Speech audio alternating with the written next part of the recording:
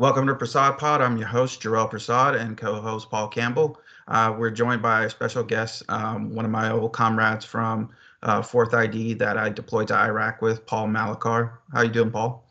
Pretty good. How you guys doing? Good.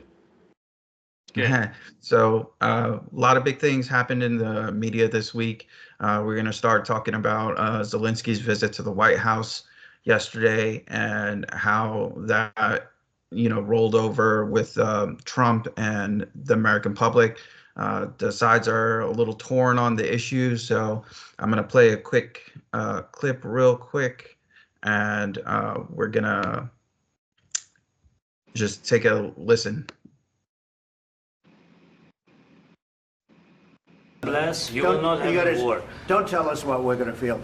We're trying to solve a problem. Don't tell us what we're going to feel. I'm not telling you. Because I'm you're in no answering on position this to question. dictate that. That's Remember exactly what this. you're I'm doing. not And see if I can stop sharing my screen here. Okay, so that's Trump and Zelensky going back. And Zelensky obviously came to ask for money. He didn't dress for the role. He came in, right out of the field, sweats, and he didn't act like a president going to ask another president for aid. Now, if he would have asked Trump and said, "Hey, please, continue to support us," but no, he didn't address the fact that Trump called him a dictator, and he didn't address the fact that he's perpetuating a war and even attacking and going into Russia when the main focus of the war should have just been to, defend Ukraine and drive Russian forces back so they can end the war and get on with lives of their country. So what do you guys think about that? Well, so look, I mean, Trump calling him a dictator. Now, hear me out. I was a fan at first about, helping Ukraine. But now, after the many years of lives lost, our taxpayers' money's out the window. I think it's a bad idea to a certain extent. But if we have accountability of the money that we do send and we see some progression, I think it's good. Now, going back to his uniform, I'm not defending Zelensky, but that's been his uniform since day one of when they got invaded. And so for Ukraine, I don't know if it's a cultural thing, but that's his uniform for a wartime president. Trump calling him a dictator, I think they have something in their constitution for Ukraine. I could be mistaken, but if during wartime they could implement something where there's going to be no presidential elections. And I know for a fact that everybody knows his ratings are terrible right now. Of course they're going to be terrible. They're in a war. It's not going as positive as it should be, but yeah. And then going back to coming to the White House. Yes, maybe if you're going to be asking for billions of dollars from the United States, I would put on a suit and tie. I mean, there's probably a banana republic down the street, right? Well, yeah. One thing I thought about, I couldn't hear the clip, but I've seen that clip before. But I think the issue is ultimately Trump said he wanted Zelensky to arrive to discuss peace, and Zelensky was asking for aid to continue a war.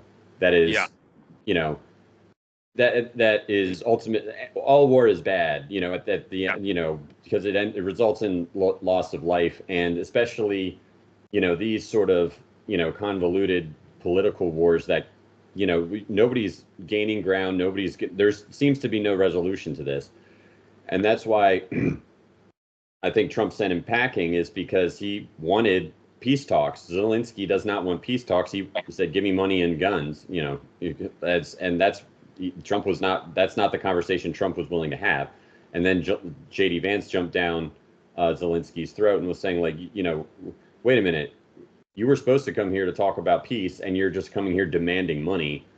And that's I think where the suit thing comes from. I think that's also, but ultimately that's kind of funny, but the ultimate issue is peace talks. So if you're not unwilling to discuss peace, then what are you doing here? Because that should be the ultimate resolve. Is okay. We've been beating the hell out of each other for almost 3 years now.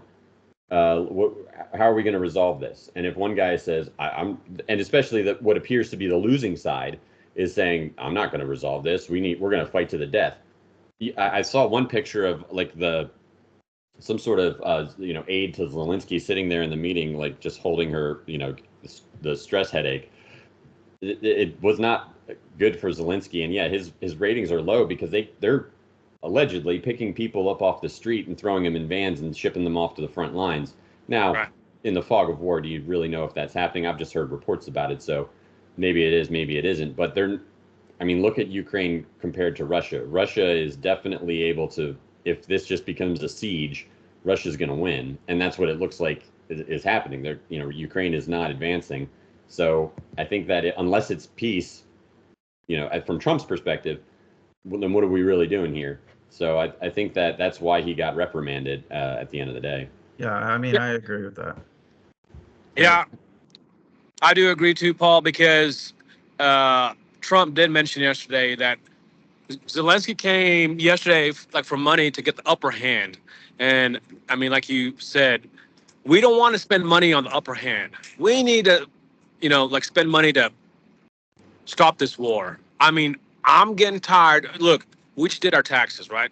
And I know how much money that I spent on taxes last year. And I'm getting tired of paying all those taxes that goes to Ukraine for no reason, And so, and then there is a corruption. So Prasad and I have a guy that we know that went over there to volunteer, and it was corrupt. And it was all about the money. He went over there, they do some training, but then, so he went over there as a contractor. Well, they weren't sending the Americans out. They were sending all the locals out, so then they could get that money. And so ultimately he came back but there's so much corruption. There has to be accountability also, right? So if we were going to give you some money, there's got to be some accountability. Maybe a Doge over there, a arm of the Doge. If we're going to give you this much money, Musk is going to send somebody over there, so then we know every single penny how it's getting spent, and not in the pockets of the corrupt people over there. Can I ask you a follow-up? Can I ask a follow-up question real quick? Go ahead. So they would have you know this person. They would train and get the download what's going on here. But then they would send the less, the non-Americans, the less trained people to fight? Yeah, so the way it happened, and so I think he went it's been almost a year and a half, 2 years. So when you get there as a contractor, they put you through their own training, somewhat regimented. It was good training, but then when your training was done, then you're just waiting around to get sent out. And you're not getting paid at that time, I don't think. And so ultimately, he never got sent out. Other people that were not Americans were getting sent out. And he goes, screw it, and then he came back. That's crazy. Yeah. Yeah, I actually heard that they weren't letting mercenaries go. If you came in as a mercenary or a paid contractor to fight in the war, they wouldn't let you leave the country. They would just keep recycling you to the front lines. Yeah. That's crazy.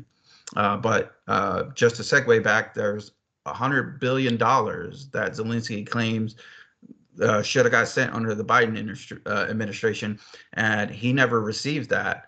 And they kind of swept this under the rug because we're missing $100 billion. That kind of money right there could definitely go back to the American people. And just like Paul was saying here, when you file income taxes, I haven't filed my taxes yet, but I'm about to this week. And, I'm going to end up paying a lot just because, I have a little more income than poverty. So I'm going to end up paying back the government. And that's going to be crazy. I'm not going to get a refund check, but I have to pay. So that's another good thing. Do you think Trump should cut income taxes, federal income taxes across the board? What was the question? Should he cut income taxes? Mhm. Yeah, should he cut federal income taxes? Well, look, so that's a double-edged sword, of course. I mean, because we need taxes to pay for our employees, our like military. Like in the state of Texas, there's no state income tax, but they make their money off of the property taxes. So somehow we're gonna have to get money. So yeah, you could cut it. I don't know. I mean, so maybe I with mean, all this, we're getting taxed everywhere else. I mean, that's true. so I mean, if they cut federal income tax, I don't see them being hurt, especially if the Doge is continually gonna cut other unnecessary spending and unnecessary funding. We're talking trillions of dollars here. Right. So if they So, cut yeah, income tax or at least reduce the percentage, I mean, reduce the percentage. yeah, Pay a flat tax for everybody. It doesn't matter if you're a billionaire. It doesn't matter if you're at poverty level. Let's just be fair to Americans, and hey, and let's not punish the people that do want to make money and make millions and billions. Let's not punish them for that. Let's just have a flat tax, boom, and maybe they could like take a look at the taxes and say, all right, we could reduce taxes, and cut the crap spending and reduce taxes. Yes, that's good. Yeah, I think Ted Cruz floated out the flat tax. He said 1% across the board, which I'm fine with. And the thing is, like, there's certain you can't like. I know that what Trump has talked about is like just doing the Office of External Revenues as opposed to Internal Revenues services, but I'm like, you have to have some sort of tax because roads need to get built, bridges need to get built, military needs to get paid for. So there is always going to be some sort of a tax. Now, if the tariff thing works out to the point where we don't need taxes anymore, then yeah, get rid of it if we don't need it. But there may be a transitional period, and I'm fine with if that means knocking everybody down to 1%. I think that's fair. Like, if and really they don't need.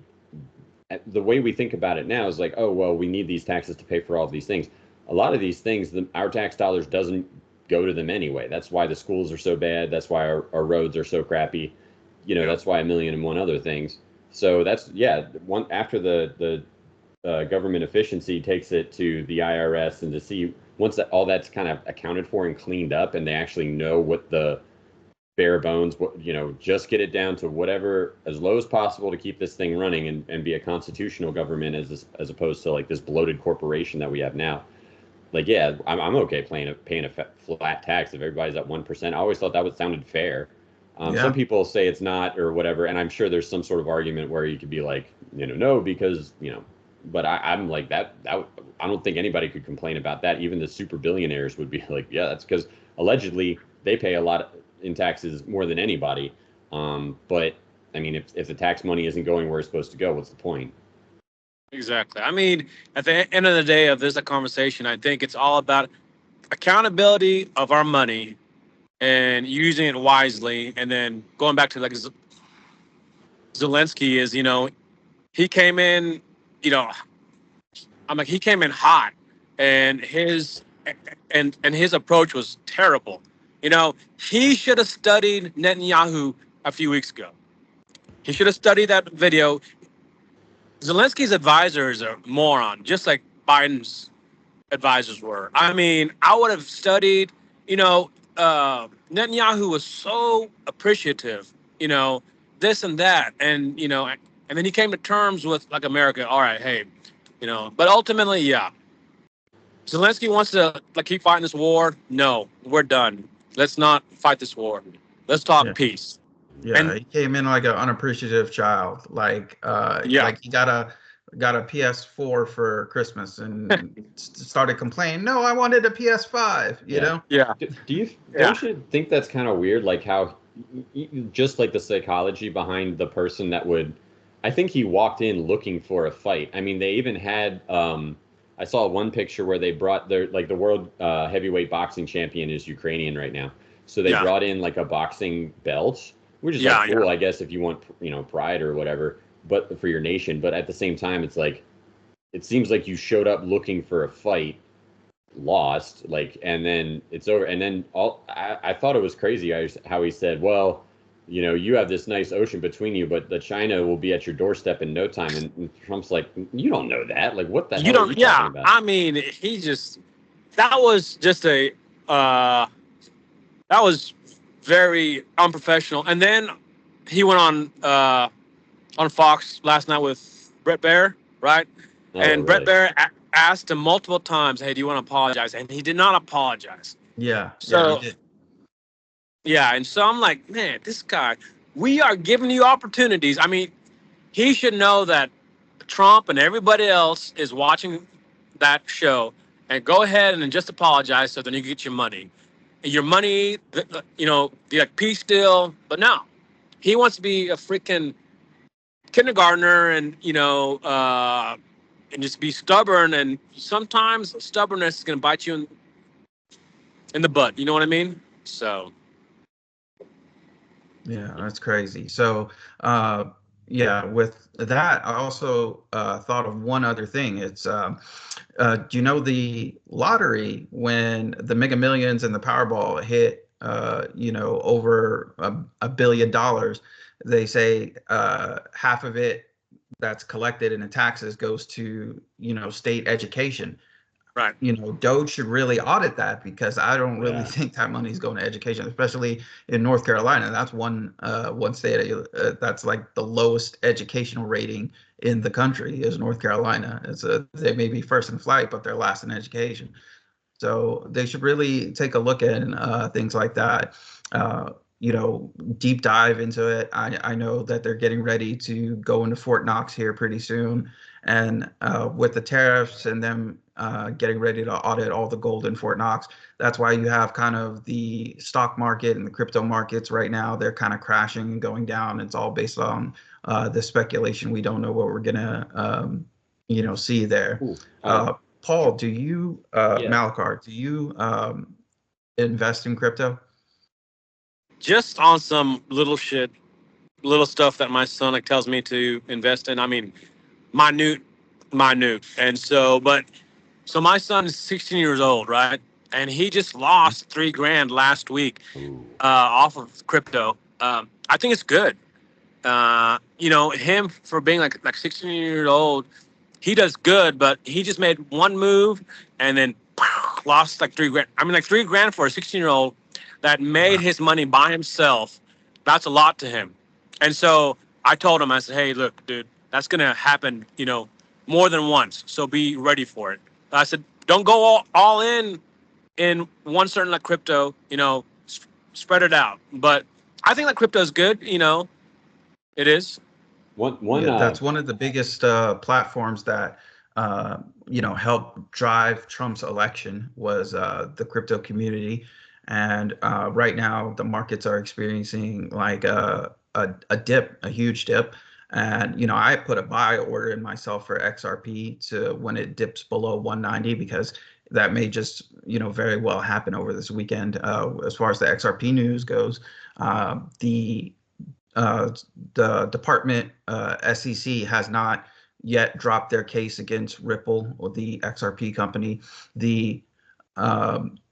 They've dropped their case against Coinbase, Robinhood, MetaMask, all these other platforms, but they haven't dropped their biggest lawsuit yet, which is the lawsuit against Ripple and XRP. Once that happens, we can expect the price to go parabolic and through the roof, especially once the ETFs start coming in, the exchange traded funds.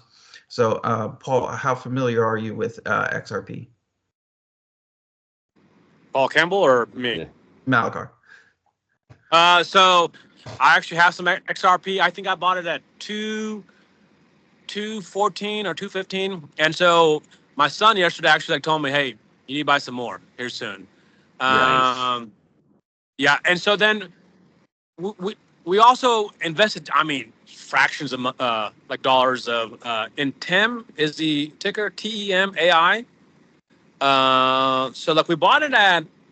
I bought some at 64 like bucks a share. It like shot up to 80 something last week, and then it crashed yesterday or this whole week. And I'm gonna buy some more. But yeah, I think I'm gonna buy some more XRP. Yeah, And XRP is definitely the future because the banking systems, all the banks in the world, JP Morgan Chase, uh, Bank of America, and all the other international banks, they're going to start using XRP. Japan just released that they're using XRP on their ledger in the back end for all their banks across the country. So just, not financial advice, but definitely you want to make sure that, you build your XRP bag. And Campbell, anything? Yeah, you're talking to Paul. You're talking to two guys who are all in on XRP. So it's like, I always tell people I'm a little biased, but I've done my research, so I feel very confident about my decision. The meme coins are and the AI coins are really cool because you can put $30 in there and make $1 million. That is, I mean, the way the volatility is insane. But yeah, if you can get over leveraged and I mean, I bought a good amount of XRP at $3.15, and it immediately crashed down to $1.90. So I see, like, it happens to the best of us. We all get wrecked at some point, but I still have it, and I'm going to hold it until I think it goes up. But one interesting thing that Jarrell had brought up earlier about, like, the markets are being super volatile right now because everybody's worried about the gold. And one thing that I thought, like, just looking at the news, is all this, the Epstein list and all this sort of stuff is coming out. And then it turns out the Epstein list is kind of a nothing burger, but Pam Bondi is not getting the info from the FBI. So there's some, tug of war going on there. One of the things I thought, because the crypto market definitely, the thing that Jarrell brought up about Fort Knox causing the market volatility, I thought was a good point that I hadn't thought of. But what I thought was maybe certain people who interacted with Epstein and, his clients and whatnot, what if they were paying him in Bitcoin? And what if certain people got the tip that the Epstein list was going to get released? And if it's, if it comes out that, hey, for all of these, horrible crimes against humanity that his clientele were engaging in, what if they were trying to, get him these secret payments for the services in Bitcoin? Wouldn't that, so then that's a huge bad, look for Bitcoin. So and do you really think that, that maybe regular retail investors like you and me will use it just to kind of get around bank fees and stuff like that? But do you really think that the big banks, the real money, is going to use Bitcoin if it, there's this really high profile case of, it being used for really bad things? I doubt it. Also, nobody knows who created Bitcoin to begin with. But if you have Ripple and a company like XRP, or that uses XRP, and they're regulated and they get audited and they're, they have their financial licensing, which they do, then I think that the real money is going to use that, as opposed to kind of more or less like what ultimately Bitcoin amounts to, like a 4chan level cryptocurrency. It is used for bad things. It's used for normal things too, like buying cars and houses now. But excuse me, it's a really bad look if you can tie Bitcoin directly to Jeffrey Epstein. So I thought maybe that was the reason why the price was going down recently, on top of the gold and everything else. hey, to backtrack, how you said about like Pam Bondi and the FBI. Man, did you see that letter that she had sent to like Kash Patel? Like, hey, your peoples ain't working out right now. You better, give me some info now, ASAP.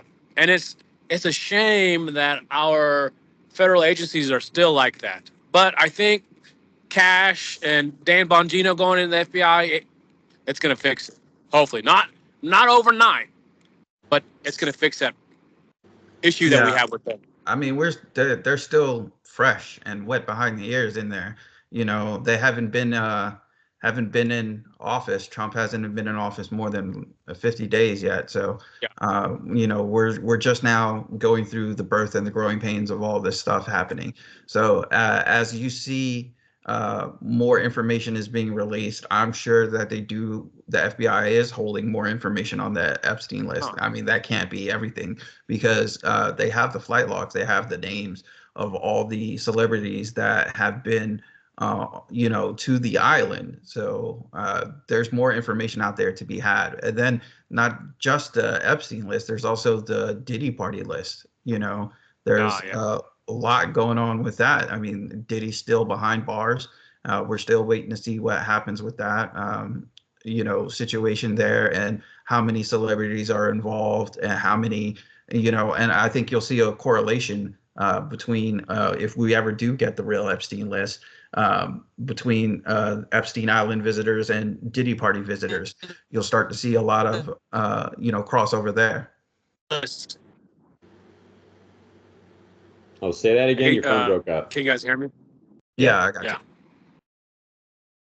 So here's a question for you, Paul Malakar. Mhm. What age did you go in the military?